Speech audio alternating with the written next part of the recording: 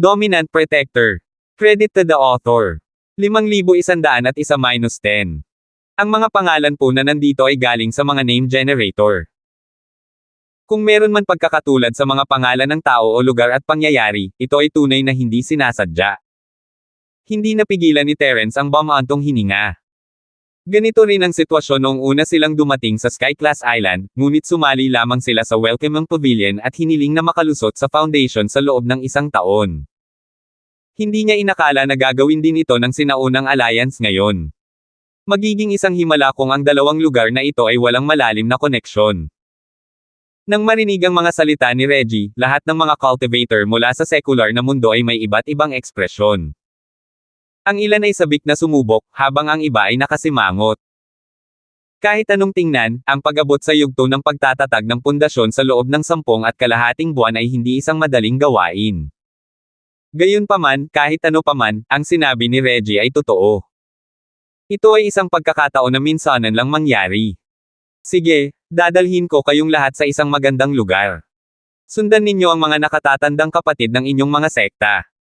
Pagdating ninyo sa destinasyon, turuan nila kayo ng mga pangunahing paraan ng paglilinang. Kung mayroon kayong anumang mga pagdududa o katanungan, maaari ninyo silang tanungin. Tara na. Tumango si Reggie kay Terence at pinangunahan ang grupo papunta sa likuran ng bulwagan, kung saan naroon ang pormasayo ng teleportasyon ng sinaunang pasilyo. Maaari bang ang lugar na nabanggit mo ay nasa maliit na jangho ng sinaunang panahon? Hindi napigil ang magtanong si Terence. Senior Lolo, mali ang pagkakaintindi mo. Bagamat ang teleportation formation na ito ay bahagi ng sinaunang daanan, ang kabilang dulo ay hindi konektado sa sinaunang jangho. Sa halip, ito ay isang napaka-espesyal na transit point, sagot ni Reggie. Oh! Tinaas ni Terence ang kanyang kilay, hindi ito inaasahan. Sige, ang mga nakatatandang kapatid ng bawat sekta ang magiging responsable sa teleportasyon. Ang teleportasyon ay isasagawa ng paunti-unti ayon sa sekta. Kung tungkol naman sa mga espiritual na jade na kinakailangan para sa teleportasyon, natural lang na sila ang magiging responsable para dito. Simulan na natin, sabi ni Reggie sa karamihan. Sa prinsipyo, walang mga paghihigpit sa bilang ng mga disipulo ng bawat sinaunang sekta sa pulong na ito ng pagpili ng disipulo. Gayunpaman, hindi ito nangangahulugan na mas mabuti kung mas maraming tao ang mapipili nila. Mas maraming tao ang kanilang i-teleport, mas maraming spiritual jade ang kakailanganin nilang kainin. Halimbawa, ang Snow Sword Sect ay pumili ng 4 na perspective na disipulo ng sabay-sabay. Kasama si Janfeng, ang nakatatandang kapatid na namamahala sa teleportasyon, kakailanganin nilang ubusin ang 10 spiritual jade na hindi maliit na halaga. Kaya hanggat hindi ito isang sekta na napakayaman na wala silang mapaglalaanan ng kanilang espiritu, si Jade, sa madaling salita, ang mga sinaunang sekta ay may napakataas na pamantayan para sa kanilang pagpili. Hindi lamang nila kailangan ang tamang kakayahan, kundi kailangan din nila ng sapat na lakas. Kung hindi sila makakarating sa yugto ng pagtatatag ng pundasyon sa loob ng 10.5 buwan, wala pa rin itong silbi. Bihira para sa mga cultivator mula sa secular na mundo na magkaroon ng 33 tao na natitira mula sa unang round ng pagpili. Habang naghihintay, nakipag-usap si Terence sa mga practitioner na ito. Tutal, marami sa mga taong ito ay mula sa mga pamilyar na sekta, tulad ng Ice Palace, Snow Valley, Dark Palace, at iba pa. Kahit na hindi sila malapit, kailangan pa rin silang bigyan ng payo para sa kapakanan ng mga sektang ito. Siyempre, hindi lahat ng sekta sa secular na mundo ay may mabuting relasyon kay Terence. Halimbawa, ang mga disipulo ng sekta ng 5 elemento ay may masalimuot na damdamin kay Terence. Dati silang laban sa kanya, ngunit ngayon ay kinailangan nilang yumuko kay Terence dahil sa sitwasyon. Kung hindi, maaaring alisin ni Terence ang kanilang buong sekta mula sa sekta ng mag-isa. Hindi pa kasama rito si Terence na ngayon ang pinuno ng lahat ng puwersa sa secular na mundo. Ang pagiging kaaway ni Terence ay katumbas na rin ng pagiging kaaway ng lahat ng puwersa sa secular na mundo, at maging ng sinaunang alyansa. Huwag kalimutan na siyang lolo ama ni Reggie. Ang pag-iisip pa lang tungkol dito ay sapat na para manginig ang mga tao. Nang makitang masayang nakikipag-usap si Terence sa mga disipulo ng Ice Palace at Snow Valley, hindi maiwasan ng iba na makaramdam ng pagkailang. Gusto nilang yakapin ang binti ni Terence, pero paano kung hindi niya sila pinansin? Gayunpaman, nang may mga taong lumapit, napagtanto nilang hindi sila tinanggihan ni Terence. Tinuruan niya ang mga tao ng Ice Palace at Snow Valley ng ilang mga pamamaraan at karanasan sa paglilinang, at hindi niya intensyong itago ang mga ito mula sa mga nagsasagawa ng karaniwang mundo. Hindi mahalaga kung sila ay mula sa magkasalungat na sekta o pamilya, pareho ang pakikitungo niya sa kanila. Kahit na magtanong sila, matyaga niya silang sinasagot. Sa madaling salita, usapin ito ng antas. Kung bago pa man siya pumunta sa Sky Class Island, maaaring medyo may kinikilingan si Terence, ngunit ngayon ang mga puwersa ng secular na mundo, kabilang ang sekta ng 5 elemento, ay hindi naiiba sa ibang mga sekta sa paningin ni Terence. Bilang isang master ng Xuanzeng sa maagang yugto, magiging masyadong kalkulado kung isa sa puso ito. Dahil doon, ang 33 taong nakapasa sa unang round ay nagtipon-tipon sa paligid ni Terence. Ito ay isang pambihirang pagkakataon na makinig ng malapitan sa mga karanasan ng isang master, lalo na kapag ang kabilang partido ay isang halimaw na tulad ni Terence. Ang isang simpleng payo mula sa kanya ay maaaring maging katumbas ng 10 taon ng pagsusumikap, hindi na ito uulit pagkatapos ng nayong ito. Lahat ay nakikinig ng may malaking interes. Walang itinago si Terence sa kanila, basta't hindi kasama ang kanyang mga nakatagong baraha, masasagot niya ang lahat ng tanong. Dahil sa kanyang maagang mahiwagang ascension cultivation, ang pagsagot sa mga tanong sa antas ng foundation ay parang pagtama sa pako sa ulo. Maraming beses, kahit si Reggie, na nakaupo sa tabi ni Terence, ay hindi mapigil ang mapaungol sa pagkamangha. Isa siyang maagang Golden Core practitioner, ngunit ang kanyang kaalaman at karanasan ay mas mababa kaysa kay Terence. Ang mga salita ni Terence ay pangunahing nakatuon sa mga cultivator ng foundation stage, ngunit kahit siya ay makikinabang ng malaki mula sa mga ito. Tulad ng inaasahan sa isang martial grand uncle na umiral na mula pa noong sinaunang panahon. Kahit na nasa perpektong yugto pa lamang siya ng pagtatatag ng foundation dahil isa lamang siyang primordial soul cultivator, ang kanyang kaalaman at karanasan ay maaaring hindi maihahambing sa Grand Supreme Elder. Bumantong hininga si Reggie sa sarili. Sigurado na siya sa pagkakakilanlan ni Terence, at ngayon ay mas sigurado na siya. Maraming bagay ang maaaring pekain at pagsisinungalingan, ngunit ang background na ito ay isang bagay na hindi maaaring pagsisinungalingan. Bumantong hininga si Reggie sa sarili, ngunit hindi na ito natiis ng ibang mga pinuno ng sekta. Ito pa lamang ang unang round, at ang mga practitioner na kanilang napili ay maituturing na mga prospective disciple lamang, hindi pa rin alam kung makakatagal pa sila sa hinaharap, ngunit galing pa rin sila sa kanilang sekta. Kung may gustong humingi ng payo, kailangan nilang pumunta sa kanila, bakit sila lahat pumunta kay Terence? Hehe. Dahil matulungin naman si Pangulong Inford, bakit hindi mo nalang ituro ang entry-level cultivation method ng sect natin? Hindi alam ni Jianfeng ang gagawin, hindi pa rin siya nakakalimutan ang sinabi niya. Kahit hindi niya magawang magdusa si Terence ng malaking pagkalugi, kahit papaano ay kukutsain niya ito ng kaunti para makaganti. Pagkasabi niya noon, napakunot ang noo ng mga nakatatandang kapatid ng ibang sekta at sinabing hindi nasisiyahan, Tio Maestro Zin, itong si Terence ay mula sa inyong sekta na may berdeng ulap, hindi ba't medyo labag sa batas ang subukang mag-recruit ng isang prospective na disipulo na tulad nito?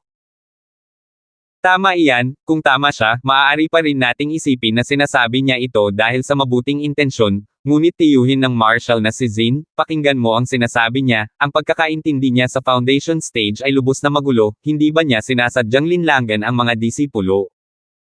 Ang mga prospective na disipulong ito ay walang konsepto sa foundation stage. Kung talagang makikinig sila sa kanyang mga baluktot na salita, sa palagay ko ay hindi nila maaabot ang foundation stage, ano ang kinabukasan nila. Hindi maaaring sadyang hindi hikayatin ng Green Cloud School ng Hilagang Isla ang ating mga sekta na hindi makakuha ng mga bagong disipulo, tama ba? Tumama ang Snow Sword habang mainit ang bakal. 5,102. Baluktot ba? Ninanamnam ni Reggie ang karanasan ni Terence sa pagsasanay, ngunit hindi niya maiwasang matawa sa mga salita. Sa tingin niyo ba talaga ay baluktot ang sinabi ng Marshal Grand Uncle? Hindi ba?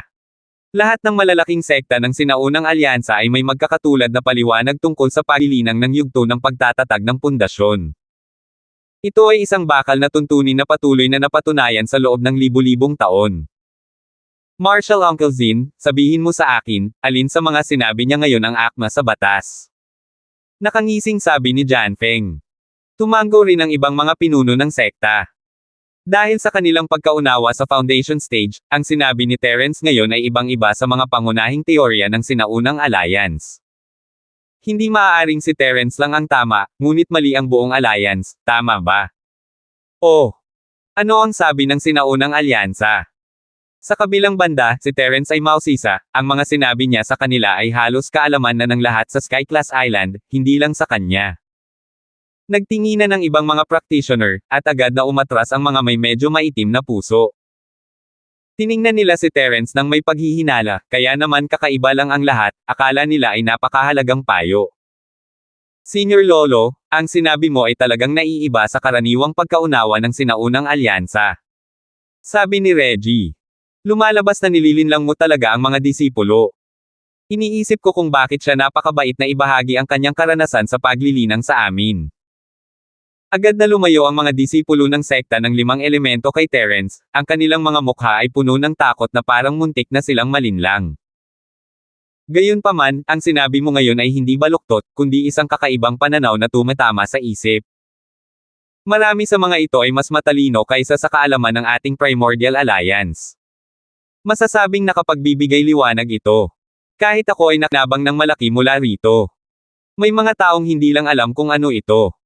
Pagbabago ni Reggie ng usapan. Naiintindihan ko na. Agad na naunawaan ni Terence, ang Skyclass Island ay mas mataas kaysa sa sinaunang mundo ng martial arts.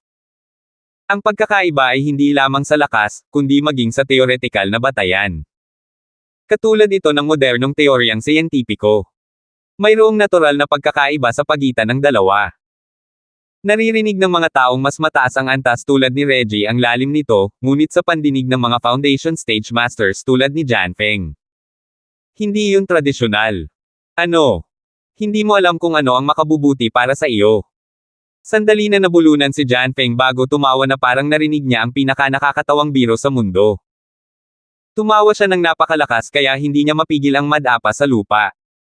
Itinuro niya si Terence at sinabing, habang hinihingal, Marshal Uncle Zin, sinusubukan mo bang sabihin na tama ang sinabi niya at mali ang iniwan ng ating sinaunang alyansa pagkatapos ng libu-libong taon ng tunay na pagpipino ng ginto? Kahit na miyembro siya ng iyong Green Cloud School, kahit na gusto mo siyang protektahan, maaari mo bang gamitin ng kaunti ang iyong utak? Sa tingin mo ba talaga ay napakadali naming lokohin? Tama, sa harap ng napakaraming prospective disciples, Marshal Tito Zin, kailangan mong panagutan ang iyong mga salita. Natatakot ako na kahit si Marshal Tito Zin ay hindi kayang sabihin ang 4 na salitang linlangin ang mga disciples, hindi ba? Sumabay ang mga senior martial brothers ng ibang mga sekta. Parang pagtugtog talagang si Tare sa baka. Hindi alam ni Reggie ang sasabihin, wala pa sa tamang antas ang mga taong ito, at hindi pa rin kasing tigas ng inaakala ang kanilang pag-iisip. Akala nila lahat ng natutunan nila ay isang gintong tuntunin, at hindi nila naiintindihan ang galing ng payo ni Terence. Wala nang saysay ang makipagtalo sa kanila ngayon, iisipin lang nila na tinatakpan niya ang kanyang mga pagkukulang ng walang prinsipyo. Hindi naman talaga alintana ni Terence, ibinabahagi niya ang kanyang karanasan sa pagsasanay bilang paggalang, at nasa kanila na kung gusto nilang makinig o hindi. Wala naman talaga siyang pakialam sa iniisip ng mga sinaunang pinuno ng sekta. Sa tingin ko kulang ka lang sa mga salita ng katwiran. Tumawa ng may pagmamalaki si Janfeng. Dahil sa kanyang pang-uuyam, ang iba pang mga pinuno ng mga sinaunang sekta ay nakatingin kay Terence ng may masamang tingin. Sino mang makakilala ng isang taong nagtatangkang linlangan ang kanilang mga magiging disipulo ay makakaramdam ng pagkasuklam na parang nakakain sila ng langaw. Sayang naman at naroon si Reggie. Hindi lang sila natuwa ngunit hindi sila nang ahas na gumawa ng kahit ano kay Terence. Kung hindi, baka inatake na lang nila siya. Bakit kayo nakatayo pa riyan? Dapat ba siyang magpatuloy sa pakikinig sa kanyang kalokohan at hugasan ang kanyang utak? Bakit hindi kayo pumupunta rito? Kumunat ang noo ng mga nakatatandang martial brother ng iba't ibang sinaunang sekta at pinagalitan ang kanilang mga magiging disipulo. Hindi lang ang mga taong kabilang sa sekta na may 5 elemento ang nag-alinlangan, kundi pati na rin ang iba pang mga practitioner mula sa secular na mundo matapos marinig ang mga salitang ito. Wala silang lakas para labanan ang saway ng kani-kanilang mga pinuno ng sekta, at umalis ng walang pag-aalinlangan. Ang kanilang mga mata ay hindi na tumingin kay Terence nang may pasasalamat at paghanga mula noon, kundi may kaunting pagkasuklam at puot. Ang tanging nanatili sa tabi ni Terence ay sina Amara, Linlin, at 3 pang practitioner mula sa Common World. Lahat sila ay mga perspective na disipulo ng sekta ng Green Cloud sa Hagang Isla. Medyo naghihinala sila, pero sinabi ni Reggie na ito ay isang matalas at orihinal na ideya, kaya naniwala sila rito. Siyempre, kahit hindi sila maniwala, hindi sila maaaring lumayo kay Terence nandoon naman talaga si Reggie. Bulag ba kayong lahat? Nakalimutan na ba niya ang lahat ng mga bagay na ginawa niya para sa mundo? Huwag mong sabihing sasaktan ka niya. Nagngingit-ngit si Amara, wala siyang pakialam kung magdusa siya ng kaunti, ngunit hindi niya kayang panoorin na lang na ma-frame si Terence. Nagrereklamo rin si Linlin para kay Terence, pero wala siyang sinabi. Tiningnan niya ang mga pinuno ng mga sekta na parang mga tanga. Hindi malalim ang sinabi ni Terence, at hanggat pinag-iisipan niya itong mabuti, kahit siya, isang mid-foundation stage master, ay makakaintindi ng ilan sa mga misteryo. Marami sa mga bagay na ito ay hindi sumasalungat sa pangkalahatang pag-unawa ng sinaunang alliance, ngunit mas direkta ang mga ito. Mga utak baboy ba ang lahat ng mga taong ito? Wala kaming nakikitang kontribusyon niya sa secular na mundo, gusto lang niyang gamitin ang pagkakataong ito para itatag ang kanyang kapangyarihan. Nakikita namin iyon, hindi kami hanggal. Sagot ng isa sa mga disipulo ng 5-element sect na may malamig na ngiti. Isa na siyang perspective na disipulo ng Snow Sword sect, na nangangahulugang sumusuko na siya kay Janfeng. Hanggat makakasali siya sa Snow Sword sect sa hinaharap, ano ang magagawa ni Terence sa kanya? Bagamat si Patriarka Albert ang naging bagong sect master ng sekta na may 5 elemento, karamihan sa mga disipulong natitira ay mga tauhan ni Patriarka Charlie, lalo na iyong mga mas makapangyarihan. Sapat na ito para maging mga mystic class masters ang mga bagong disipulo ni Patriarka Albert. Natural lang, matagal na silang galit kay Terence, at hindi nila hahayaang pagtawanan siya. Tunay nga, agad na naging mas palakaibigan ang mga mata ni Janfeng. Bagamat hindi partikular na tugma ang kanyang kakayahan sa sekta ng Snow Sword, maaari pa siyang maturuan pa sa hinaharap dahil ang lalaking ito ay itinuturing pa ring magaling. 5,103. Jongdin, pwede mong kainin ang kahit anong gusto mo, pero hindi mo pwedeng sabihin ang kahit anong gusto mo. Naranasan na rin ng sekta mong 5 elements ang paghihirap noon, at lahat ng ito ay dahil sa pakikialam ni Terence sa sinaunang alyansa kaya ligtas ang lahat. Kahit aso pa ito, kahit papaano ay ikakawin nito ang buntot pagkatapos makatanggap ng pabor mula sa isang tao, tama ba? Galit na sabi ni Amara. Sino ang tinatawag mong aso? Paano mo nagawang insultuhan ng hayagan ang magiging disipulo ng aking Snow Sword sect sa harap ko? Maaari ko bang ituring na pang-aasar ito sa aking Snow Sword sect? Tanong ni Janfeng nang may hindi magandang ekspresyon. Hindi ko sinabi kung sino ang aso. Makinig ka nga, ang ibig kong sabihin ay may mga taong mas masahol pa sa aso, sabi ni Amara, habang nakataas ang kanyang ulo. Maaaring nakakatakot ang espada sa harap ng ibang mga nagsasanay, ngunit baliwala lang iyon para sa kanya at kay Chester. Yo, gumagaling ka na sa pagsaway. Pero bilang paggalang sa buhay, hindi natin pwedeng insultuhan ang mga aso ng ganito. Sila ang matalik nating mga tao, nahihiyang sabi ni Terence. Kung tungkol naman kina Janfeng at Jongdin, wala siyang pakialam sa kanila. Ikaw. Napaigtad si Janfeng sa galit, ngunit nang makita niyang nakatingin sa kanya si Terence, natakot siya. Ayos lang na magdulot ng alitan sa pagitan nila, ngunit kung sumobra siya at magagalit si Terence, mapapahamak na naman siya. Malamig siyang sumanghal, ang tama at mali ay nasa puso ng mga tao, wala akong pakialam na makipagtalo sa iyo. Tama iyan. Dahil sa mga salita ni Senior Brother Zhu, nawalan tayo ng malay dahil sa mga baluktot na salita ng isang tao. Kung talagang sinunod natin ang mga tagubilin niya, nabaliw na sana tayo. Sino mang sumunod sa ganitong uri ng tao ay malas. Sinamantala ni Jongdin ang pagkakataon para sumang-ayon. Ang ibang mga practitioner mula sa karaniwang mundo ay mukhang takot din, hindi maliit na bagay ang pagsasanay, at ang anumang maling hakbang ay maaaring humantong sa malubhang kahihinatnan. Kahit na ilang mga detalye lamang ng teorya, kung tatanggapin nila ang lahat ng sinabi ni Terence, mapalad sila kung hindi sila mabaliw sa kalagitnaan ng kanilang pagsasanay, lalo na ang kanilang kinabukasan.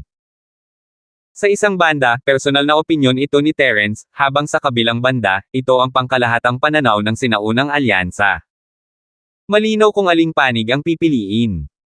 Sisigat na sana si Amara nang pigilan siya ni Terence gamit ang isang kamay, ang mga taong sumusunod sa akin ay talagang malas. Madalas silang kumakain ng ilang mga random na tableta, tulad ng Golden Core na maaaring direktang makalusot sa foundation stage at direktang mag-upgrade pagkatapos ng foundation stage. Noong una ay gusto ko sanang subukan kayo, isa para sa bawat tao, ngunit ngayon ay ibibigay ko na lang ito sa 3 malas na tao. Kasabay nito, lumitaw ang 3 tableta sa kamay ni Terence at ibinigay niya ang mga ito sa 3 magiging disipulo ng paaralan ng Qingyan. Gintong core ng foundation stage. Dekalidad. Napakunot ang mga mata ni Jianfeng nang makita niya ito. Napakahirap bilhin ang elixir na ito sa pamilihan ng sinaunang alliance, at mas bibihira pa ang elixir na may pinakamagandang kalidad. Bagamat wala itong silbi sa kanya, isang perpektong eksperto sa pagtatatag ng foundation, hindi nito binago ang katotohanan na ito ay isang magandang bagay na hindi mabibili. Hindi lang si Jianfeng, pati lahat ng iba pang pinuno mula sa mga sinaunang sekta ay nagulat, nakatingin kay Terence na parang isang uri ng halimaw. Sino ba naman ang lalaking ito, na nagbibigay ng 3 peak grade foundation stage golden course ng ganoon-ganoon lang? Kayong 3, bilasan ninyo at pasalamatan ang inyong Martial Grand Uncle. Hindi ba ninyo alam na hanggat umiinom kayo ng isang top-grade foundation establishment golden pill, magkakaroon kayo ng 70% na tsansa na makarating sa foundation establishment stage? Kahit si Reggie ay hindi napigil ang lunokan ang kanyang laway. Kahit si Grand Elder ay hindi pa nakakagastos ng ganito kalaking pera noon, di ba? Salamat, Lolo. Saka lang nag-react at nagpasalamat ang 3 disipulo, hindi sila naniwala kay Terence noong una, at ngayon ay timaan sila ng ganitong kapalaran. Sa kabilang banda, si Jongdin at ang iba pa ay may kakaibang ekspresyon sa kanilang mga mukha. Ayon kay Terence, kung nanatili sila sa tabi niya, makakakuha rin sana sila ng peak grade foundation building golden pill, ngunit ngayon sila ang sumuko sa pagkakataong ito. Sa sandaling ito, ang lahat ng may sama ng loob ay napunta kay Jianfeng, kasalanan ng mapanghimasok na lalaking ito. Kahit na ang karanasan sa paglilinang ni Terence ay pawang baluktot at hindi akma, hindi ito mahalaga sa kanila, tiyak na sasabihin sa kanila ng kani-kanilang mga pinuno ng sekta ang tungkol sa pangkalahatang pag-unawa sa sinaunang alyansa, at kailangan lang nilang makinig sa kanilang mga pinuno. Hanggat mananatili sila sa tabi ni Terence ng kaunti pa, makakakuha sila ng isang peak grade foundation pellet. Ayon kay Reggie, katumbas iyon ng garantisadong pagpasok sa foundation stage. Isang magandang pagkakataon ang nasira dahil sa mga salita ni Jianfeng. Lumipad palayo ang gintong core ng supreme grade foundation stage. Magiging kakaiba kung hindi sila makakaramdam ng sama ng loob. Puno na sila ngayon ng panghihinayang. Hindi lang ang mga prospective disciples na ito, kundi pati na rin ang mga nangungunang senior brothers ng iba't ibang sekta. Ang golden core ng top grade foundation stage ay nangangahulugan na mayroong mga bagong foundation stage disciples na handa na nangangahulugang ang kanilang misyon ay direktang nakumpleto.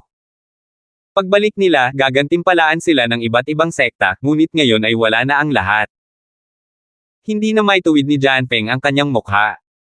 Kung may bitik lang sa lupa, malamang ay tumalon na siya roon. Sinubukan niyang gumawa ng agwat sa pagitan nila ni Terence, ngunit binigyan lang siya ni Terence ng 3 peak grade foundation stage golden pills at siya na ang naging target ng lahat. Paano siya mabubuhay? Mabuti na lang at na-activate na ang teleportation array. Mabilis na tinawag ni Jianfeng si Jongdin at ang iba pa para mag-teleport palabas para hindi sila magtagal at mapahiya. Para naman sa iba, inggit na inggit lang ang kanilang nakikita sa 3 golden core ng Supreme Grade Foundation Establishment habang nakapila para mateleport.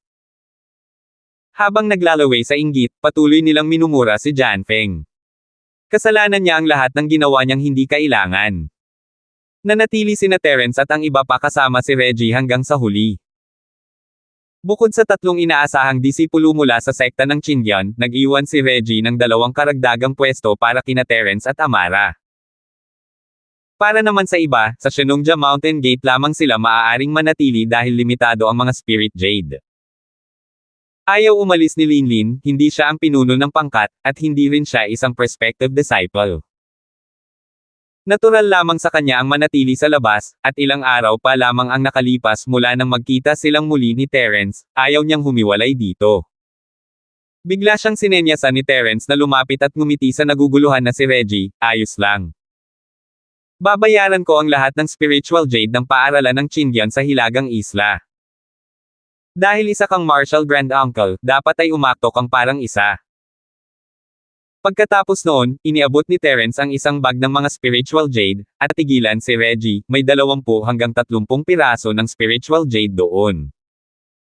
Walang dala ang lolo ama na ito sa buong oras, kaya paano niya nakuha ang mga ito? Mabuti na lang at ang sekta ng Berdeng Ulap ng North Island ang nasa huling hanay. Sa oras na ito, karamihan sa mga taong dapat sana ay teleport ay na-teleport na palayo. Ang iba pang mga disipulo ng sinaunang alyansa na naiwan ay naghiwa-hiwalay na rin. Tanging si Reggie at ilan pang iba ang naroon. Kung hindi, magdudulot ito ng malaking kaguluhan. 5,104. Ito. Pasensya na sa pagtatanong, pero saan mo nakuha ang napakaraming Spirit Jade, Lolo Tito Mayor? Maaari kayang may mga minahan ng Spirit Jade sa sekular na mundo. Hindi napigilan ni Reggie na mapabulalas. Ang mga espiritual na Jade ay hindi lamang umiiral sa maliit na jangho ng sinaunang panahon. Sagot ni Terence nang may malalim na ngiti. Hindi napigilan ni Reggie ang huminga ng malalim. Ang tinutukoy ni Terence ay ang Sky Class Island, pero parang may minahan ng Spirit Jade ang Common World. Isa itong himala. Napakanipis ng chi sa Common World, at mayroon ding minahan ng Spirit Jade.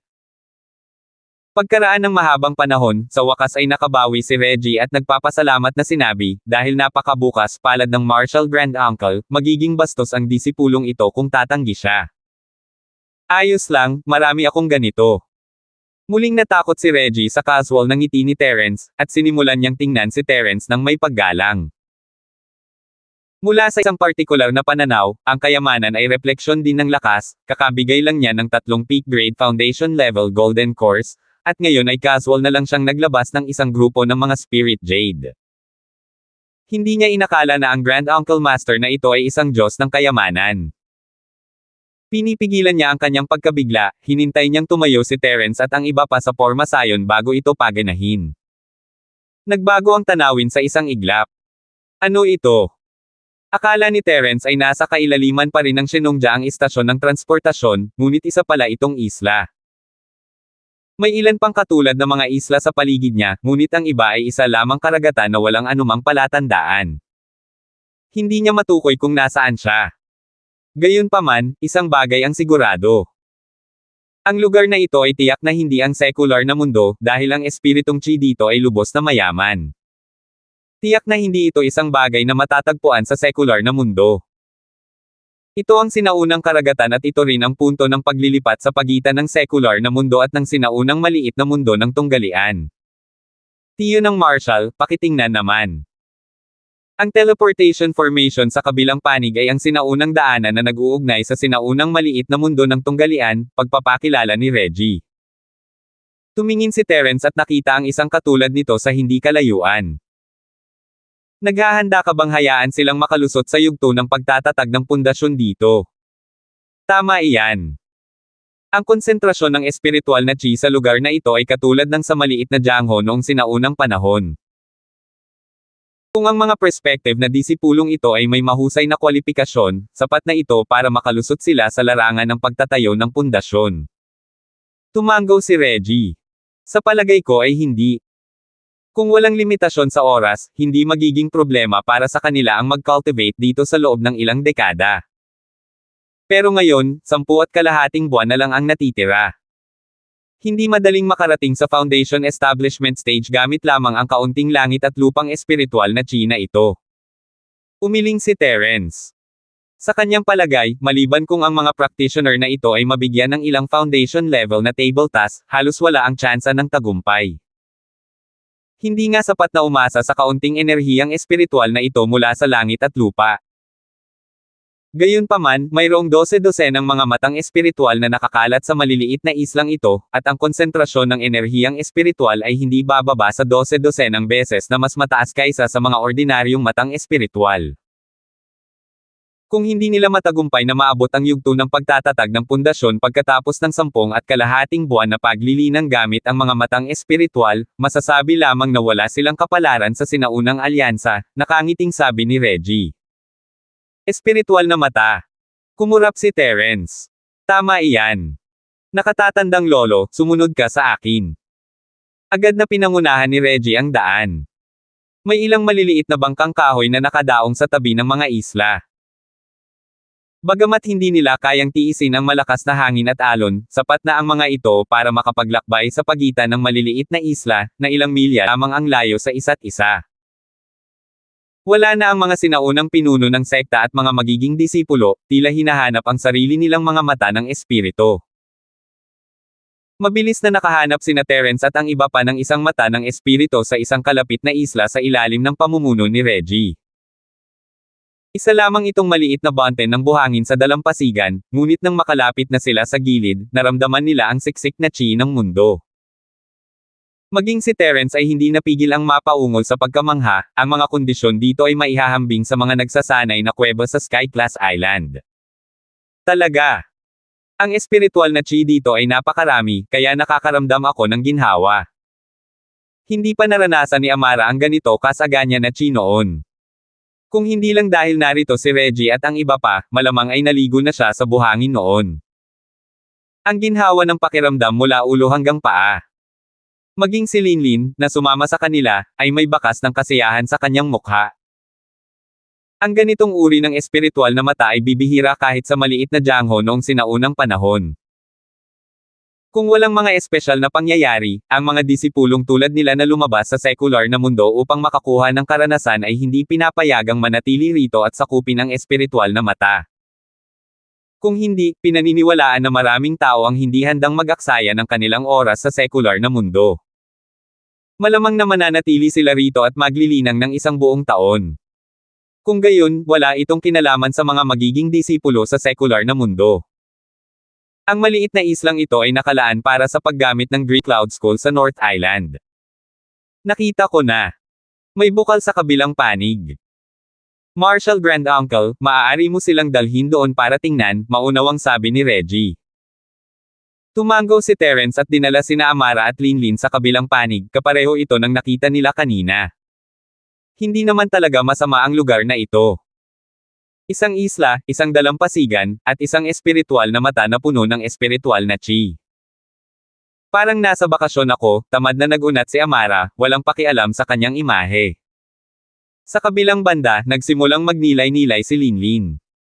Tila gagamitin niya ang pambihirang pagkakataong ito para maglinang. Ang kanyang saloobin ay mas tama kaysa kay Amara. Hindi napigilan ni Terence ang matawa, hindi na nakapagtataka kung tutuusin na napakatamad ni Amara. Hindi siya katulad ng mga Linlin na nag-e-ensayo ng mabuti gamit ang bawat lakas na mayroon siya. Masasabing nakagawian na niya ang meditasyon, habang ang Sky Class Full Cultivation ni Amara ay ibinigay sa kanya ni Terence. Sanay na siyang maging Deputy Director ng Investigation Bureau, na abala sa lahat ng trabaho. Sa bagay, naayos na ang mga bagay tungkol sa sinaunang alyansa. Bakit hindi ka na lang magpahinga? Bihira lang tayong magbakasyon ng magkasama, nakangiting mungkahi ni Terence. Mabuti, mabuti. Agad na sabi ni Amara bago nagtanong, paano naman ang iba? Isa ka talagang hanggal na batang babae. Gaya ng inaasahan, tapat ka at matuwid. Napailing si Terence nang walang masabi. Gustong-gusto ng hanggal na babaeng ito na makasama siya ng mag-isa, at kahit na may malamig na ulo, mas mabuti pa rin ito kaysa sa maraming tao. Hindi niya inaasahan na maiisip niya muna ang malaking lalaki, hindi niya alam kung inosente ba ito o tanga. Mali ba ako? Naguluhan si Amara, ngunit hinampis niya ang kanyang ulo pagkaraan ng ilang sandali. Tama, kung sasama sa atin si Chester at ang iba pa, wala nang mag-aalaga kina Cheryl at sa iba pa. Walang imik si Terence, ngunit may ipinaalala sa kanya ang mga salita nito. Tumanggo siya, tama. Dahil napakarami ng espiritual na chi dito, tiyak na mabuti ito para kay Cheryl at sa iba pa. Bakit hindi na lang natin sila dalhin dito para gumaling? Baka may hindi inaasahang sorpresa pa. 5,105. Oo, oo, humingi ka ng tulong agad. Sabi ni Amara. Tumanggo si Terence at sinalubong si Reggie, na agad namang sumang-ayon.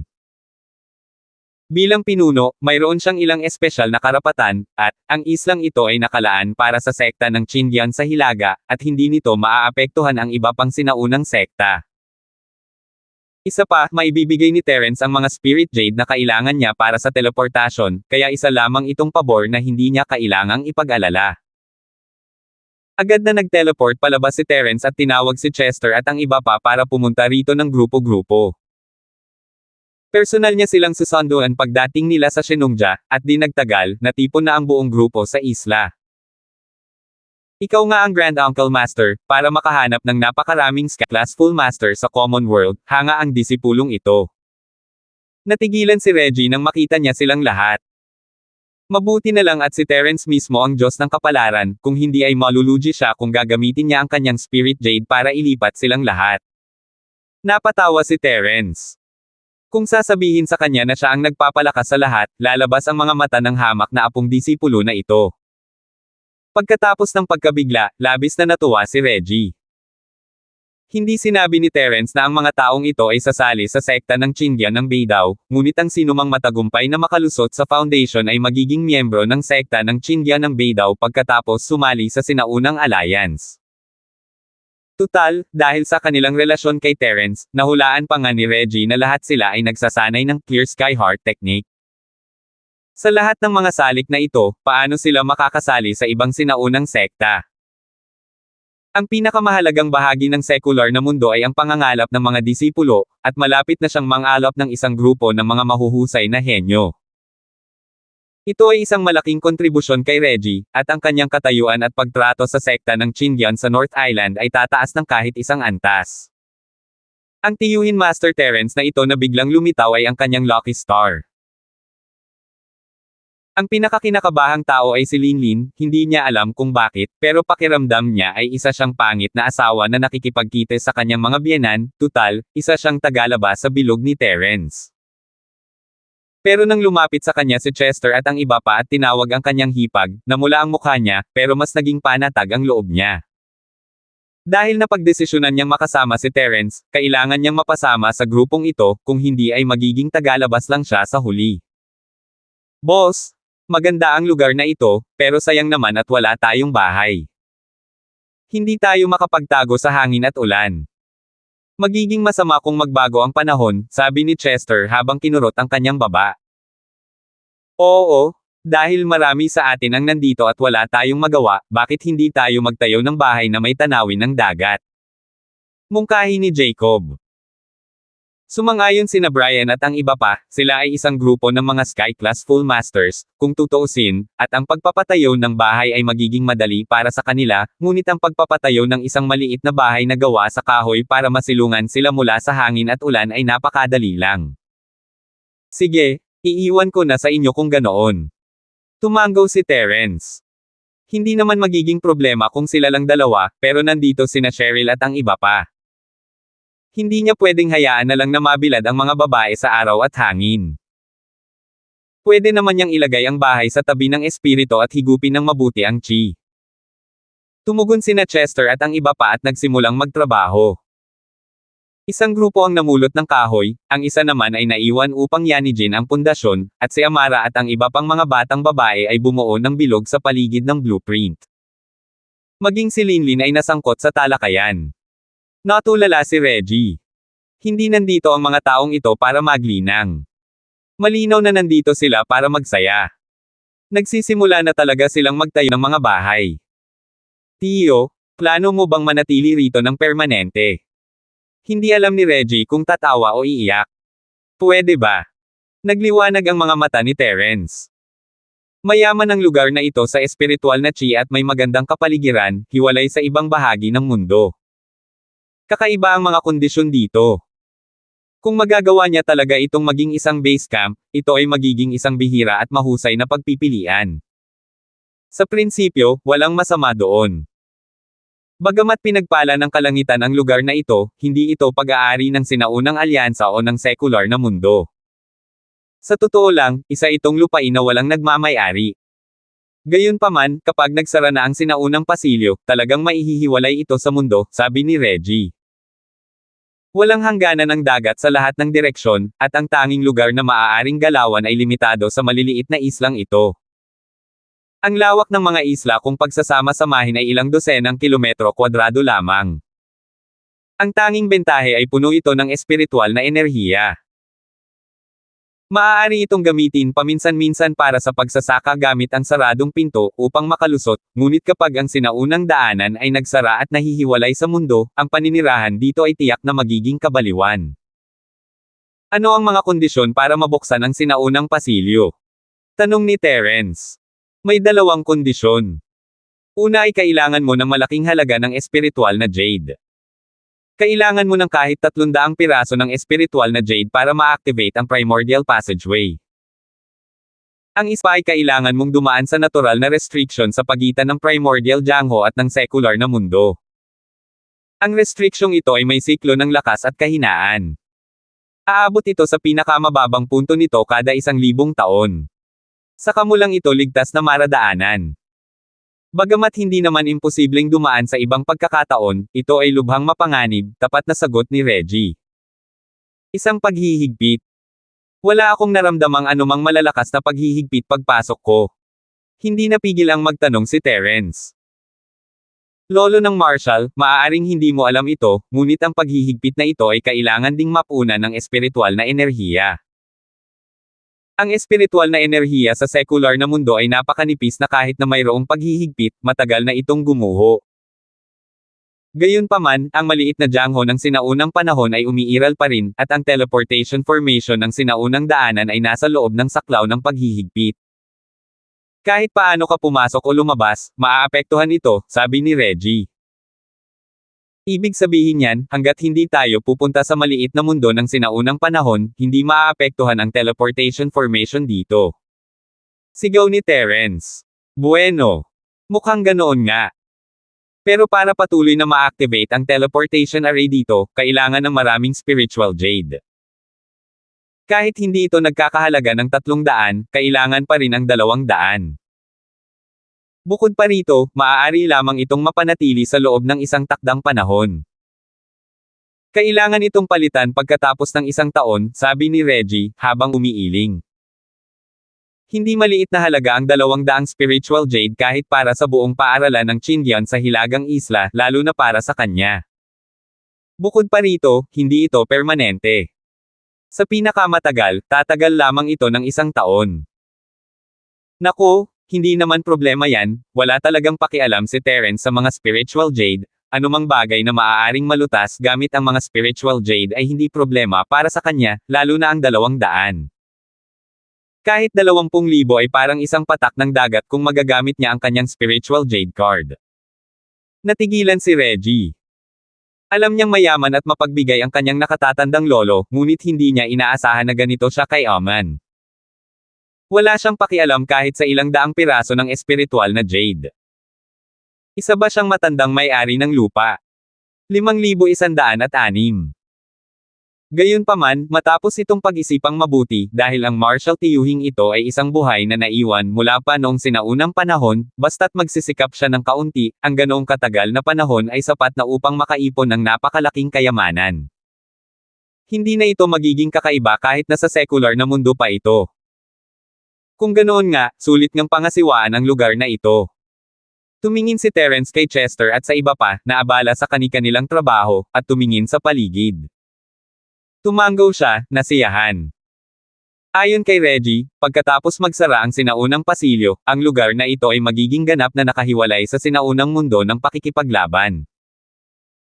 Hanggat gagamit sila ng mga Spirit Jade upang paganhin ang teleportation formation, malaya silang makakapunta at makakaalis sa pagitan ng mundo ng mortal at ng labas na mundo. Ito ang perpektong lugar para magtayo ng base. Hindi lamang magiging ligtas ang walang malay na si Cheryl at ang iba pa, kundi mapapakain din sila ng espiritual na chi. Parang pumapatay ito ng dalawang ibon gamit ang isang bato. Matapos makapagdesisyon, ang sumunod na kinailangan gawin ni Terence ay maingat na galugarin ang arkipelago. Hindi naman ito mukhang mapanganib sa unang tingin, ngunit dahil plano niyang gawing himpilan ang lugar na ito, kailangan niyang suriin ang bawat posibleng banta sa paligid at kahit papaano ay malaman ang gagawin. Pagkatapos magpaalam kina Amara at sa iba pa, nagsimulang magsagwan si Terence sa paligid ng mga isla, ngunit hindi siya nag-iisa. Dumating si Linlin sa pagkakataong ito. Kumusta ang pakikitungo mo sa kanila? Tanong ni Terence habang nagsasagwan. Hindi naman masama. Tumanggaw si Linlin. Mahirap para sa kanya na makisama sa mga taong may malamig na personalidad. Kahit gusto niyang sumali sa maliit na grupo ni Terence, hindi iyon ganoon kadali. Tutal, galing siya sa sinaunang mundo ng martial arts, na ibang-iba sa secular na mundo. Mas madali para sa kanya na makisama kina Remilin at Minerva mula sa Skyclass Island. Gayunpaman, si Linlin ay isa lamang simpleng malamig na personalidad, hindi ang uri ng kasuklam-suklam na pag-iingat. Kaya, si Amara at ang iba pa ay naging mainit sa kanya, napakainit kaya't medyo natuwa siya.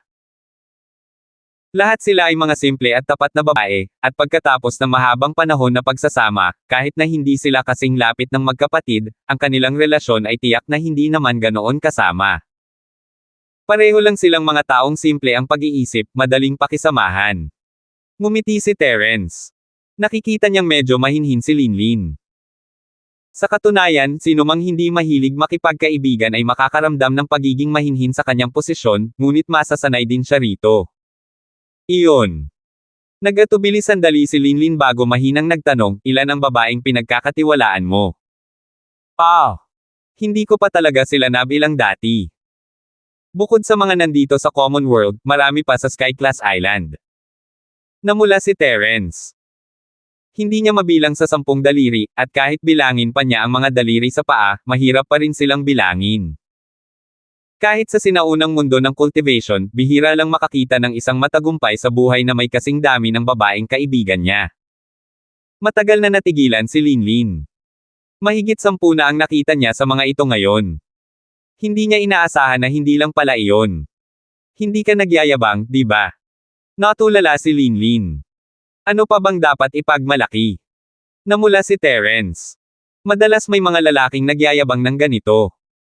Kapag mas marami kang babaeng kaibigan, mas malakas ka. Normal lang ito sa sinaunang mundo ng pakikipaglaban. Sandali na huminto si Linlin at bumulong ng may kakaibang ekspresyon, pero kahit magyabang siya, hindi siya kasing yabang mo. Talagang wala kang katulad. Namula ulit si Terence, ginamit ito ng ibang mga lalaki bilang isang paraan para magpasikat, ngunit pakiramdam niya ay wala siyang nawala. Isa itong utang na loob ng pagmamahal, at hindi niya ito mababayaran lahat sa buhay na ito. Akala niya ay medyo magagalit si Linlin, pero biglang ngumiti ang dalaga at sinabing, pero maganda rin ito. At least pinapatunayan nito na hindi ako ang nahanap sa maling tao. Kung hindi, imposibleng maging bulag ang lahat ng mga babaeng ito, di ba? Agad na natalo si Terence sa kanyang matibay na loika. Totoo ngang maliit ang posibilidad na maraming babae ang mabulag, pero hindi ba siya naiinggit? Hindi ka galit? Maingat na tanong ni Terence. Bakit naman ako magagalit? Sa kabilang banda, nagulat si Linlin. Natural lang sa isang malakas na lalaki na makuha ang pabor ng isang babae, at natural lang din sa isang lalaking tulad ni Terence na magkaroon ng maraming babae sa sinaunang mundo ng pakikipaglaban. Kailangan pa bang magalit? Aba! Nawala ng masabi si Terence, kaya iniba niya ang usapan, siya nga pala, babalik ka ba sa maliit na Jiangho noong sinaunang panahon pagkatapos mong mag-aral sa secular na mundo? Hindi, pagkatapos ng pagsasanay sa secular na mundo, ito ay ang napakatagal ng pagsubok. Babalik lang ako sa maliit na mundo ng napakatagal ng mundo pagkatapos ng pagsubok. Malamig niyang umiling. Hindi ba't ang sinaunang pagsubok na ito ay nasa maliit na mundo ng sinaunang panahon? Tanong ni Terence na may kuryosidad. Oo at hindi. Malamig niyang sabi. Anong ibig mong sabihin? Nakatagong kahulugan ba ito? Naguguluhan na tanong ni Terence. Sa totoo lang, hindi ako masyadong sigurado. Sa madaling salita, ang tanging paraan para makarating sa lugar na iyon ay sa pamamagitan ng teleportation formation. Wala nang ibang paraan para makarating doon. Wala pang nakakatukla sa lokasyon ng lugar na iyon. Iisa lang ang one-way teleportation formation na nag-uugnay sa lugar na iyon sa maliit na Jiangho noong sinaunang panahon. Tila ang lugar na iyon lang ang maaaring i-teleport papunta sa maliit na Jiangho noong sinaunang panahon, malamig niyang paliwanag. Isang one-way teleportation formation. Ibig sabihin, walang paraan para mag-teleport papunta sa trial grounds mula sa maliit na martial world ng sinaunang panahon. Kung gayon, paano ka sasali sa trial ng sinaunang panahon? Mas lalong nalito si Terence. Noon, ang mga sinaunang pagsubok ay palaging nasa ibang lugar. Gayunpaman, sa pagkakataong ito, nakatagpo tayo ng isang magandang pagkakataon na minsan lang mangyari sa loob ng 1,000 taon. Maaari tayong direktang mag-teleport mula sa transfer point na ito at maghintay hanggang matapos ang pagsubok bago tayo mag-teleport pabalik sa maliit na Jiangho ng sinaunang panahon mula roon. Ito dapat ang kaayusan ng sinaunang alliance, malamig niyang sabi. Mayroon bang porma sayo ng teleportasyon mula rito hanggang doon? Kumurap si Terence, ngunit dalawa lang ang porma sayo ng teleportasyon dito, isa na konektado sa karaniwang mundo, at ang isa naman ay sa sinaunang mundo ng pakikipaglaban. Hindi pa niya nakita ang pangatlo noon, maaari kaya itong nasa ibang isla. Sa tingin ko, hindi ako masyadong sigurado sa mga detalye, pero isang bagay ang sigurado. Walang ikatlong porma sayo ng teleportasyon sa mga islang ito. Malamig niyang umiling. Kakaiba yan, kumunat ang noo ni Terence. Hindi natin kailangang mag-alala tungkol dito. Sa anumang kaso, tiyak na sasabihin sa atin ni Marshall Uncle Zin. Walang pakialam si Linlin, ngunit ang kanyang mga mata ay puno ng kakaibang pananabik. Ayon sa sinaunang alyansa, ang pagkakataong ito para sa sinaunang mga pagsubok ay isang pagkakataon na minsan lang mangyari sa isang milenyo. Sino mang magsasaka na may kaunting ambisyon ay tiyak na matutuwa kapag nakatagpo sila ng ganitong pagkakataon, at natural na ganoon din siya. Napadilat si Terence sa pagkamangha, pero totoo nga ang sinabi ni Linlin, ang mga ganitong bagay ay ibubunyag din ni Reggie pagdating ng panahon, kaya hindi na kailangang alamin pa ang tunay na dahilan ngayon. 5,107. Umikot ang dalawa sa mga isla habang nag-uusap, at wala namang nakitang tunay na banta si Terence. Sa pagkakaintindi niya, ang pinakamalaking banta ay ang mga halimaw sa dagat, at mag-iisip siyang mabuti kung may mga halimaw sa dagat dito, tulad ng mga isla ng Sky Class. Ang ikinagulat niya, gayunpaman, ay walang bakas ng makapangyarihang mga halimaw sa dagat dito. Mayroong lahat ng uri ng mga nilalang sa dagat, na marami sa mga ito ay mga carnivoro, ngunit hindi sila banta sa mga nagsasagawa nito. Matapos ang isang ikot ng investigasyon, mas naging determinado si Terence na gawing base camp niya ang lugar na ito. Agad na tinawag ni Terence sina Amara at ang iba pa pagkatapos niyang bumalik at sinabi sa kanila ang tungkol sa kanyang plano. Tuwang-tuwa ang lahat, hindi lang ito basta bagong base camp para sa kanila, isa itong bagong bakasyon. Boss, kung ganoon nga, hindi natin basta-basta maaaring i-renovate itong maliit na bahay na gawa sa kahoy. Kailangan nating gumawa ng maayos na disenyo. May kilala akong ilang kaibigang designer, kaya hihingin ko sa kanila ang disenyo, naiinip na sabi ni Chester. Oo, kung ang isang maliit na bahay na gawa sa kahoy sa tabi ng dagat ay hindi makakatugon sa mga kinakailangan, kumuha tayo ng ilang vilya na may tanawin ng dagat para lahat ay makatira doon. Tumanggaw sina Amara at ang iba pa. Sige, lalabas din ako. Sasama ako sa iyo. Tumanggaw si Terence at bumalik sa karaniwang mundo kasama si Chester. Boss, ano ang gagawin mo? Hindi napigil ang magtanong si Chester. Pupunta ako sa nayo ng West Star Mountain para makita ang matanda. Ngumiti si Terence. Nakausap na niya si Donovan sa telepono dati, pero bihira lang itong bumalik sa karaniwang mundo. Kailangan niya silang makilala ng personal. Isa pa, napagpasyahan nilang magtayo ng base dito, kaya kinailangan niyang yayain ang matanda at tiyak Queen na pumunta at tingnan ito. Ah, makikita mo pala si Senior Linford. Napuno ng paggalang si Chester. Minsan pa lang niya nakita si Donovan nang makita niya si Donald at ang Iron Cloak Sec, pero napakalalim pa rin ang impresyon na iyon. Bilang isang Sky Class Full Master, hindi pa rin niya maintindihan ang lakas ni Donovan. Pakiramdam niya ay hindi maarok si Donovan tulad ni Terence. Hindi napigilan ni Terence ang matawa sa ekspresyon ng mukha ng lalaki, ito ang ibig nilang sabihin sa "Distance makes beauty". Malalaman niya kung anong klaseng tao ang lalaking ito kung mas matagal pa sana niyang kasama si Linford, at hindi siya magiging ganoon kagalang-galang pagkarinig sa pangalan nito. Ah sige, alam mo ba kung ano ang ginagawa ni Galton nitong mga nakaraang araw? Casual na tanong ni Terence. Galton. Natigilan si Chester bago niya napagtanto na si Jaime pala ang tinutukoy ni Terence. Napakamot siya ng ulo, matagal na kaming hindi nagkokontakan.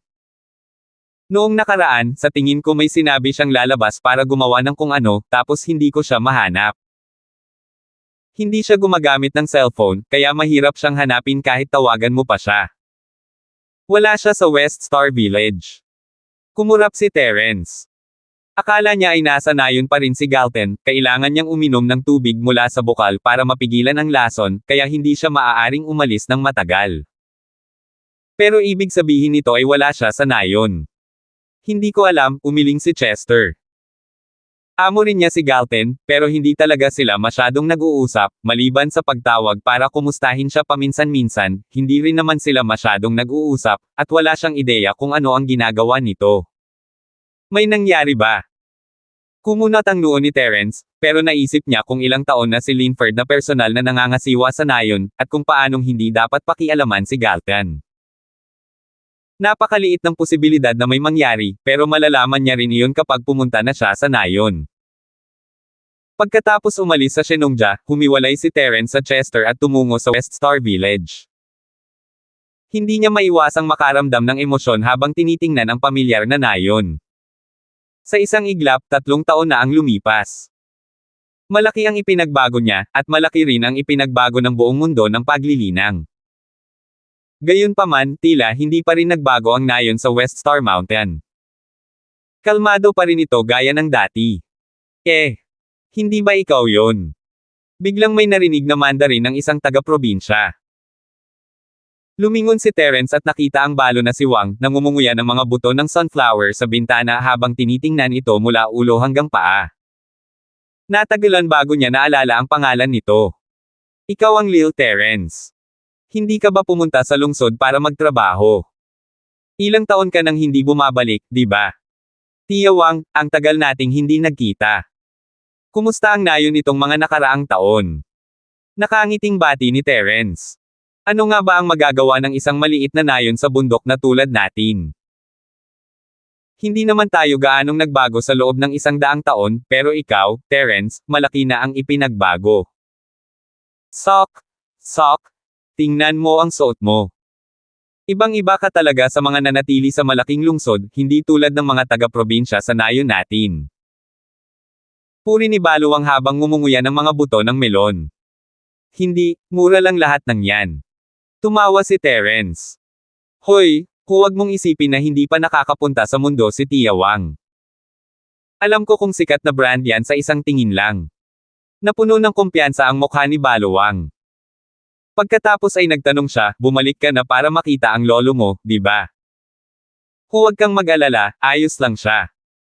Medyo magulo ang nayon ngayon, pero walang inaalaga ang manok o pato ang pamilya mo, kaya hindi mo kayang mawalan.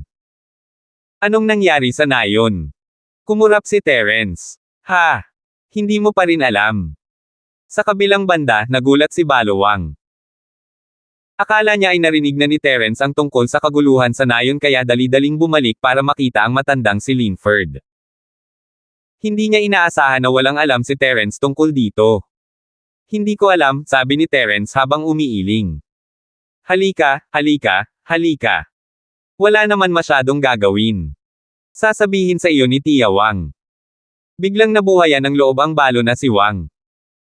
Bukod sa panunood ng telebisyon, kadalasan ay nakikipag-usap siya sa iba para maibsan ang kanyang pagkabagot.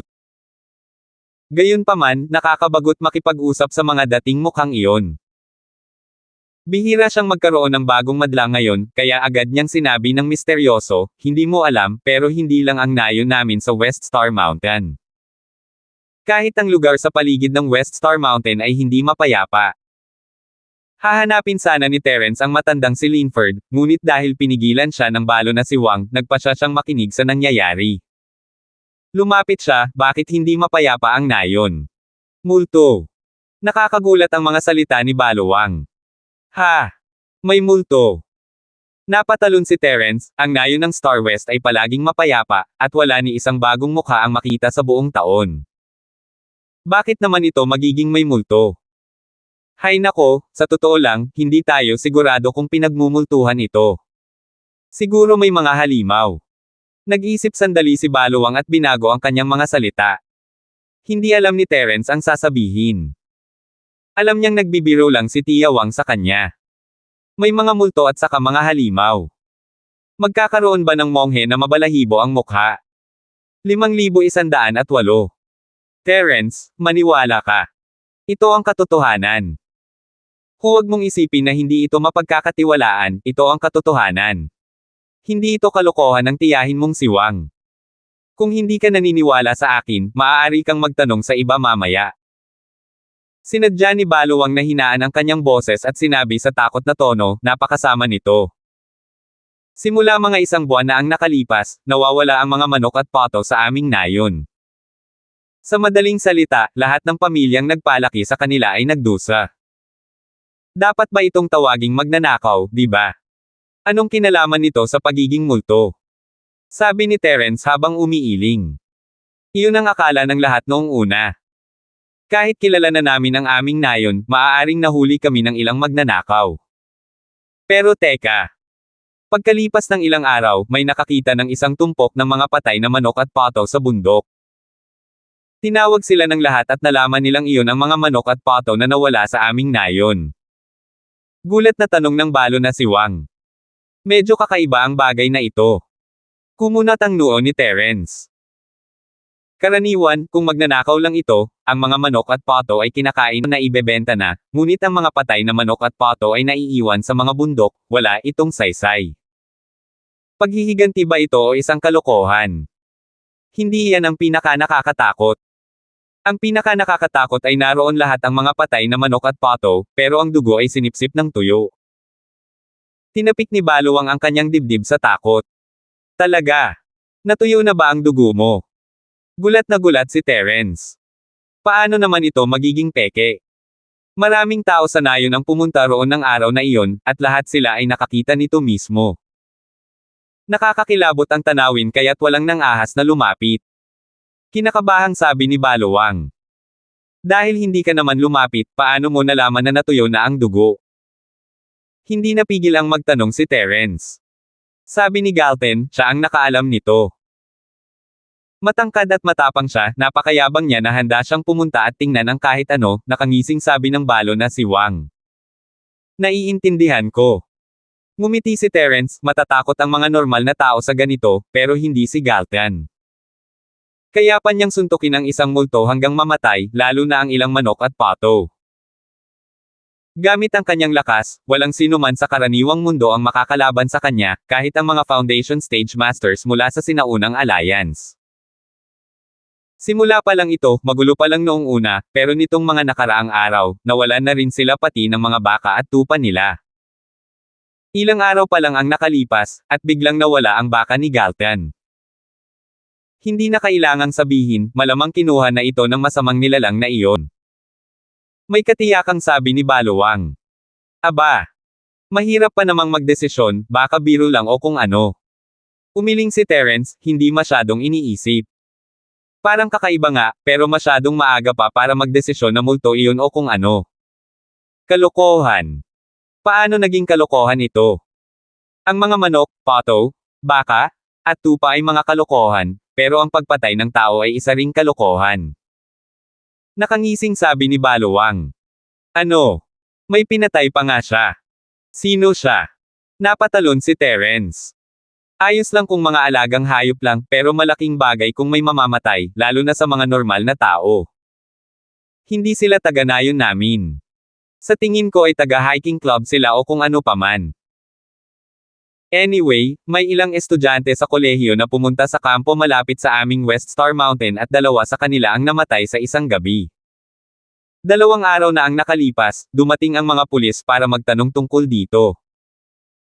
Sinabi nila na ang 2 taong namatay ay sinipsip ang dugo at namatay sila tulad ng mga manok at pato sa aming nayon. Napakasama at nakakakilabot. Hindi napigilan ni Baluwang na paliitin ang kanyang leeg habang nagsasalita. Ganito ba talaga kalaki? Hindi napigilan ni Terence ang pagkunot ng noo.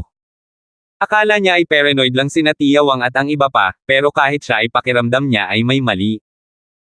May sumisipsip ba talaga ng dugo? Tama. Ngayon, lahat ay nababalisa, at walang nang ahas na lumabas kung walang nangyayari. Alam mo, kahit ang negosyo ko ay bumagsak ng husto. Bulong ng Balo na si Wang ng ilang sandali bago niya idinagdag, dapat ka ring magmadaling bumalik. Bagamat walan lamang ng ilang alagang hayop ang ating nayon, sino ang nakakaalam kung may mamamatay? Mas mabuting mag-ingat. Opo, salamat po, Tia Wang. Babalik muna ako. Tumanggaw si Terence at naglakad pabalik sa kanyang bahay. Naririnig niya ang pag-uusap ni na matandang Linford at Tia Queen mula sa malayo, at huminto siya ng nakangiti. Hindi mo talaga tutulungan si Terence. Dahil ang sinaunang alyansa ay binubuo lamang ng iilang makalangit na Daw Masters, kahit na pumunta si Lil Terence sa Sky Class Island, hindi magiging madali ang pakikitungo sa kanila. Hindi ka ba talaga nag-aalala? Ang mga salita ni Tia Queen ay puno ng pag-aalala at kaunting reklamo. Hindi mo kailangang mag-alala tungkol dyan. Napakahirap ng buhay ng batang iyon, hindi siya mamamatay, tila walang pakialam si Old Linford. Anong ibig mong sabihin sa mahirap na buhay? Gaano man kahirap ang buhay niya, hindi natin siya maaaring itulak sa apoy, di ba? Paano kung may mangyaring masama sa kanya? Malungkot na sabi ni Tia Queen. Anong alam mo? Ganito ko na pinalaki ang batang ito simula pa noong bata pa siya, at ngayon ay 3 taon na siyang nasa Sky Class Island.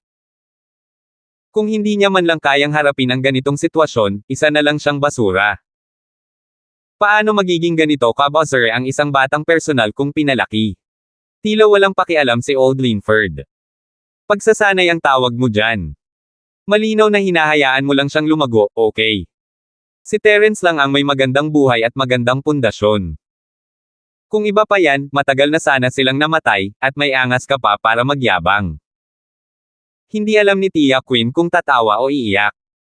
Nabulunan sandali si matandang Linford, saka sinabing, sige, huwag kang mag-alala tungkol dito. Hindi hanggal ang batang iyon. Kung hindi niya talaga kaya, matagal na sana siyang humingi ng tulong. Sa tingin ko hindi. Mukhang pala kaibigan at madaling kausap si Terence, pero kasing tigas din siya ng ulo mo. Malamang hindi niya iisiping humingi ng tulong sa iyo. Huli na ang lahat bago niya gawin iyon. Sa tingin ko dapat na tayong mag-impake at bumaba ng bundok. Patuloy na panghihikayat ni Tia Queen sa kanya. Sabi ko naman sa'yo, hindi mo na talaga kailangang umalis. Kaya na ng batang yan mag-isa. Huwag kang mag-alala, nakangising sabi ni Old Linford. Hindi ka talaga sasama. Hindi ako ang gagawa niyan, Mapo Tofu. Ikaw na lang ang gagawa niyan. Agad na gustong huminto ni Tia Queen. Huwag mo akong pansinin. Isa lang ang gusto kong ulam na ito. Paano mo hindi ito lulutuin? Hindi ba't sayang naman ang husay mo sa pagluluto? Nagiging balisa na rin si Old Linford. Tumawa ng malakas si Terence kaya sumakit ang tiyan niya. Mga sikat na tao ang dalawang ito sa labas, at hindi inaasahan ng mga ordinaryong tao na magiging ganito ka-simple ang kanilang pag-uusap. Base sa kanilang pagtatalo, halatang isa silang ordinaryong matandang magkasintahan. 5,100. Bago pa man matawa ng malakas si Terence, isapatos na lumipad mula sa bakuran at tumama sa ulo niya, kasabay ng pagsaway ni matandang Linford. Buwisit ka, sapat na ba ang narinig mo? Pagkatapos ng 3 taon sa Sky Class Island, natuto ka ng humiga sa lupa, di ba? Nagkakamali ka. Hindi ko natutunan ang kasanayang ito sa paggapang sa dingding sa Sky Class Island, natutunan ko ito sa iyo, matandang lalaki. Ibinato ni Terence ang sapatos at itinulak ang pinto pabukas. Terence! Nakabalik ka na. Malapit na magtanghali, at abala si Tia Queen sa kusina. Sinalubong niya si Terence nang may pagtataka sa mukha. Tia Queen, pagod ka na talaga sa pag-aalaga sa napakasamang matandang lalaki. Ngumisi si Terence. Sino ang bulok na matandang lalaki? Nanlalaki ang mga mata ni matandang Linford sa galit, at puno ng kawalang kasiyahan ang mukha. Bata, sabihin mo nga sa akin ng malinaw, kailan kita tinuruang humiga sa lupa? Iyon. Balo na si Wang. Sadyang tumigil si Terence. Gaya ng inaasahan, nagtitimpla pa rin ng tsaa si Tia Queen para kay Terence nang bumaba ang temperatura. Napatalon sa galit si matandang Linford, huwag mong sir-on ang isang mabuting tao, bata. Kailan pa ako sumando sa pader ng balo na si Wang? Anong problema mo? Tanong ni Terence, nalilitong sabi. Hindi ko sinabing pumunta ka sa pader ng balo. Ikaw ang nagtatanong. Gusto ko lang sabihin na may narinig ako mula sa balo na si Wang. Ikaw na batang walang awa, napakawalang awa mo. Inikat ni matandang Linford ang kanyang mga mata, at humajejek si Tia Queen habang tinatakpan ang kanyang bibig. Sinabihan niya si Terence na umupo at uminom ng tsaa bago bumalik sa kusina. Hindi naman masama ang tsaang ito, saan mo nakuha yan? Humigop si Terence, nagulat. Nakainom na siya ng medyo mataas na kalidad na tsaa sa Sky Class Island, at kadalasan ito ang pinakamasarap na hindi mabibili sa merkado. Mukhang normal lang ang tsaang ito sa unang tingin, pero nag-iwan ito ng malalim na lasa sa bibig niya. Tanga ka ba? Ito ang tsaang ligaw na basta na lang pinipita sa kabundukan, hindi mo naman gugustuhin yan noon pa. Napangiwi si Old Linford. Ah, talaga? Kung ganoon, bakit mas matapang ang lasa ng iniinom ko ngayon? Gulat na tanong ni Terence. Ito ang tinatawag na paraan ng tsaa. Hindi mo lang basta titingnan ang kalidad ng mga dahon ng tsaa kapag umiinom ng tsaa. Higit sa lahat, depende ito sa taong nagtimpla ng tsaa. Kung malalasahan mo ang malalim na lasa, ibig sabihin ay medyo bumuti ka na. Hindi naman masama. Tumango si Old Linford, nasiyahan. Ngumiti si Terence at nagtanong, hindi mo ba itatanong ang tungkol sa sinaunang alyansa? Ano pa ang itatanong mo? Dahil nandito ka nang nakangiti, ibig sabihin ay naayos na ang usapin sa sinaunang alyansa. Kung hindi, paano ka magkakaroon ng oras para bumalik? Sabi ni Old Linford, may mali sa utak mo. Napangiti na lang si Terence ng mapait. May katuturan ng pagsusuri ng matanda, ngunit ang ekspresyon ng mukha niya ay talagang nagpatigil sa kanya. Nabalitaan na ba ninyong lahat ang nangyari sa nayon? Tanong ni matandang Linford.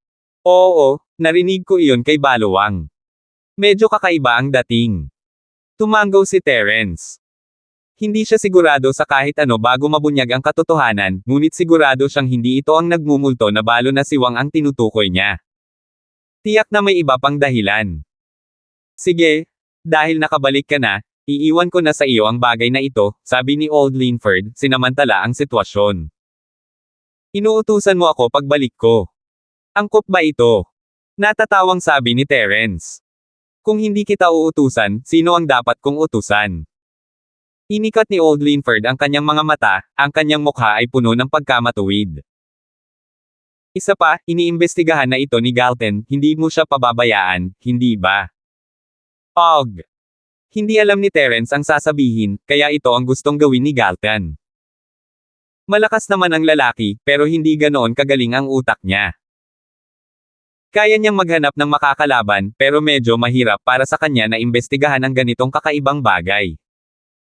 Napangiti na lang si Terence ng mapait, papabayaan mo na lang ba siya? Bagamat napakalaki ng West Star Mountain, para itong hardin sa likod bahay ng batang iyon. Isa pa, ang kanyang malupit na puwersa ay nakakasakit ng ulo ng sinuman. Sa pinakamarami, makakaranas sila ng ilang pagkalugi. Paano siya madaling mamatay? Bakit ako mag-aalala? Nakangising sabi ni Old Linford. Sige, panalo ka. Hahanapin ko na siya ngayon. Gusto agad ni Terence na pumunta sa West Star Mountain, hindi lang basta kalaro si Galton noong lumaki siya rin ang pinakamalapit at pinagkakatiwalaang kapatid niya. Kahit alam niyang hindi siya masyadong mapapahamak, hindi pa rin niya maiwasang mag-alala. Sandali lang, biglang tawag ni Old Linford sa kanya, habang huminto. Kumain ka muna bago ka umalis. Hindi naman masama ang mga espesyal na putahe ng tiyahin mong si Queen. Hindi mo pwedeng kainin ang mga yan sa labas. Hindi naman ganoon ka-eksaherado. Lutong bahay lang naman yan. Ngumiti si Tia Queen at inihanda ang mesa para sa kanilang dalawa. Nagliwanag ang mga mata ni Terence habang kumakain, ang sarap. Kapag nandito si Ching Terence, napakaswerte talaga ng matandang ito, ang dalawang salitang, ulam, ay talagang nakakaantig. Hehe, kumain ka pa kung masarap. Ngumiti si Tia Queen. Huwag mo akong pansinin. Kakain lang ako ng ilang piraso bilang tanda ng aking pasasalamat. Huwag mong agawin ang aking bahagi. Kinuha ni matandang Linford ang buong plato ng mapo tofu nang walang pag-aalinlangan, at gusto agad itong agawin ni Terence. Hindi pa niya sinubukang agawin ang pagkain mula kay matandang Linford dati, at naisip niya na mas gagaling na siya ngayon dahil lumakas na siya, ngunit natalo pa rin siya at wala siyang nakuha. Hindi ka naman umaarte na parang matanda. Saway ni Tia Queen habang nakangiti. Matagal na niyang inaabangan ang nakakaantig na eksenang ito. Pambihirang pagkakataon ng kumain kasama sina matandang Linford at Tia Queen, simple lang ang kainan, pero puno pa rin ng emosyon si Terence. Mainit at naantig ito, pero ang pangunahing punto ay ang magreklamo, walang kapantay ang husay ni matandang Linford sa pag-agaw ng pagkain. Sige, sige. Bilisan mo na at magtrabaho ka na. Dinilaan mo pa rin ang plato kahit matanda ka na. Hindi ka ba nahihiya? Mapanghamak na sabi ni Old Linford. Kung hindi ka pabusog, bakit hindi mo hayaang dilaan ng iba ang plato? Galit na galit si Terence, 2 subo pa lang ang kinain niya, at wala na siyang natikman pagkatapos noon. Malinis na ang plato nang bumalik siya sa kanyang katinoan. Ano ang kinakain ng isang sinaunang espirito na katulad mo? Sayang ang pagkain kung kakain ka ng sobra. Hintayin mo ang hapunan, maganda ang mood ko at hahayaan kitang kumain ng 2 pang subo. Bukas palad na sabi ni matandang Linford. Ikaw mismo ang nagsabi. Walang nagawa si Terence kundi sabihin kay Tia Queen bago tumayo para umalis. Napakalaki ng bundok West Star, at ang bako-bakong bulubundukin ay hindi pa lubos na napapaunlad. Maliban sa isang hindi pantay na kalsada sa bundok na nagdurugtong sa ilang maliliit na nayon sa bundok, ito ay isa lamang sinaunang kagubatan sa bundok tulad ng Shenongja. Maliban sa mga lokal na taga-nayon sa bundok at ilang dayuhang taga-akyat ng bundok, kakaunti lamang ang mga taong bumibisita rito sa buong taon. Ang kagubatan ay masukal at puno ng mga dawag at tinak. Bukod pa rito, paminsan-minsan ay lumilitaw ang mga baboy ramo at leopardo sa bundok. Kahit ang mga lokal na taga-nayon ay hindi nang ahas na gumala sa paligid ng mga bundok. Sa pinakamarami, naglalakad sila sa ilang partikular na landas. Gayunpaman, kailangan nilang maglakbay ng grupo-grupo, kung hindi, madaling mapapahamak. 5,110. Ngunit sa oras na ito, isang malakas na figure ang tumatakbo sa kagubatan. Ang bilis na ito ay lampas sa limitasyon ng isang normal na tao, ngunit sa paningin ng isang practitioner, hindi ito masyadong mabilis. Ang taong ito ay ang nakababatang kapatid ni Terence, si Galton, si Jaime. Kanina pa niya hinahabol ang baka niya simula nang mawala ito, 3 araw na, at hindi pa rin niya naabutan. Kahit sino ay susuko na, pero hindi sumuko si Galton. Lumaki siya sa bundok na ito, at dahil sa laso ng Go, hindi niya madaling makaalis sa nayon ng West Star Mountain. Para sa kanya, ang malawak na West Star Mountain ang tanging maliit na mundo, at karaniwan na sa kanya ang magpalipis ng gabi sa kagubatan. Ilang taon na ang nakalilipas, hinabol niya ang isang leopardo sa bundok na nagnakaw ng kanyang manok at pato sa loob ng 12 araw. Sa huli, ang leopardo sa bundok ay namatay sa pagod. Siyempre, hindi lang iyon basta leopardo sa bundok, pero hindi mahalaga kung ano iyon, hindi mahalaga kung multo man iyon o halimaw, basta't may ninakaw ito sa bahay niya, hindi iyon bibitawan ni Galton. Isa lang ang napuno ng isip ni Galten, kailangan niyang bunutin ang bagay na iyon at durugan. Baka ng pamilya ko. Lumingon si Galten at biglang tumakbo papunta sa kanan. May isang matandang dilaw na toro na nakahiga sa damuhan, buhay pa. Dilat na dilat ang mga mata nito sa kawalan ng pag-asa habang nanginginig ito sa lupa. Isang napakalaking puwersa ang nanggaling, ewan ko kung saan, at ilang beses na sinubukang bumangon ng matandang dilaw na toro, ngunit mahigpit itong naitulak pabalik. Patuloy lamang itong umikot sa lupa. Matandang Huang, anong ginagawa mo? Nabali ang binti mo at hindi ka makabangon. Naguguluhang bulong ni Galten. Tiningnan niya ang nagmamakaawang mga mata ng matandang dilaw na toro at lumapit, gustong-gusto niyang hilahin ang matandang toro mula sa lupa.